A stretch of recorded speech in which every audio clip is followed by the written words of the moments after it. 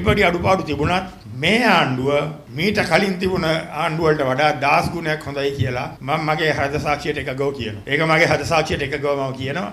මීට කලින් තිබුණ ඕනම රජයකට වඩා මේ රජය 10 ගුණයක් හොඳයි. මොකද අඩු ගානේ මේ රජයට කොන්ද පණ තියෙනවා දූෂිතව ආරක්ෂා නොකර ඉන්න. ඕන හොරෙක් ඉස්සර ඕන හොරකමක් කරොත් සල්ලි තියනවා නම් මර බලේ තියනවා නම් පස්සදොරෙන් ගිහිල්ලා ඒකෙන් බේරෙන්න පුළුවන්. ඕන වංචාවක් කළා බේරෙන්න පුළුවන්. මේ රජය අඩු ගානේ පස්සදොරෙන් ඇවිල්ලා වංචාකාරයන්ට බේරෙන්න තියෙන අවස්ථාව બ્લોක් කරලා තියෙනවා. ඊට පස්සේ නීතිය ක්‍රියාත්මක කරන්න උත්සාහය යෙදෙමින් ඉන්නවා. 100% තාම සාර්ථක නැති වුණත් ඒ කරන ව්‍යායාමයේ නිසාම මම බය නැතුව කියනවා මේ රජය මීට කලින් තිබුණ ආණ්ඩුව වලට වඩා 10 ගුණයක් හොඳයි. මේ දූෂිත ජාලය ජාත්‍යන්තර වශයෙන් ඉදිරියට ගෙනහිල්ලා පාලනය කරන්නේ මේ රටේ රාජපක්ෂෝ. අයියලා මල්ලිලා තාත්තලා බාප්පලා මල්ලිලා පුතු ඔක්කොම එකතු වෙලා මේ දූෂිත ජාලය සම්පූර්ණයෙන් පාලනය කරනවා. ඒක තමයි මේ රටේ දූෂණය සීමාවල් වැටකඩු කඩාගෙන ගිහිල්ලා තියෙන්නේ. වෙන දෙයක් ඕනේ නැහැ. පිටකොටුවේ කරවල ගේන මුදලාලි කෙනෙක් ඉන්නවා නම් මේගොල්ලෝගේ දූෂිත ජාලයට ඒ මුදලාලිත් අහු වෙනවා. ලංකාවට අල ගේන මුදලාලි කෙනෙක් ඉන්නවා නම් පරිප්පු ගේන මුදලාලි කෙනෙක් ඉන්නවා නම් ඒගොල්ලොත් මේ දූෂිත ජාලයේ ග්‍රහණයට අහු වෙනවා. මේ දූෂිතයන්ට මේක රහ වැටුනම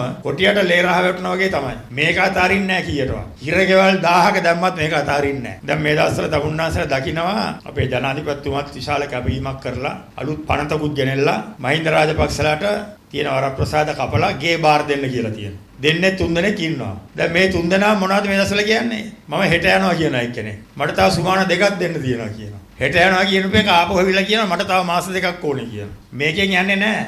ගෙවලියෝ වගේ. තමුන්නාසලා දන්නවනේ තමුන්නාසලා ගම්වල ඉන්නවනේ ගෙවලියෝ. අර පැන ඇවිල්ලා ඇඟට පැන්නම ඇඟ ඇලවෙන්නේ. ගෙවලියෝකට පයින් ගැහුවා මොකද වෙන්නේ? වීසිලා ගිහලා කැරකිලා ආයේ ගේ පැත්තට හැරලා තමයි වැටෙන්නේ. රාජපක්ෂලත් එහෙම තමයි. දැන් රාජපක්ෂගේ විජේරාම බංගලා බාර දෙන්න ඕනේ කියලා මම දැක්කා ඊයේ ටීවී එකේ රාජපක්ෂගේ හෙන්චයියෙක් නීතිච්ච මහත්තයෙක් ජ්‍යෙෂ්ඨ නීතිඥයෙක් ඇවිල්ලා කට රවුම් කර බොහොම උදාරුවට කියනවා ගේට්ටුව ගාව හිඳගෙන මයික් දෙක තුනකුත් අල්ලගෙන මේ ගෙදර තියනවලු ජනාධිපති මන්දිරෙනුයි අර්ලියගහ මන්දිරෙනුයි ගෙනාවු ලීබඩු උපකරණ මේවා ඒගොල්ලෝ ඇවිල්ලා අරන් යන්න ඕනලු. එතකොට ඉතුරු වෙන ඒවා තමයිලු අපේ පුද්ගලික උපකරණ. එතකොට අපි ඒවත් අරගෙන යන්නම්ලු.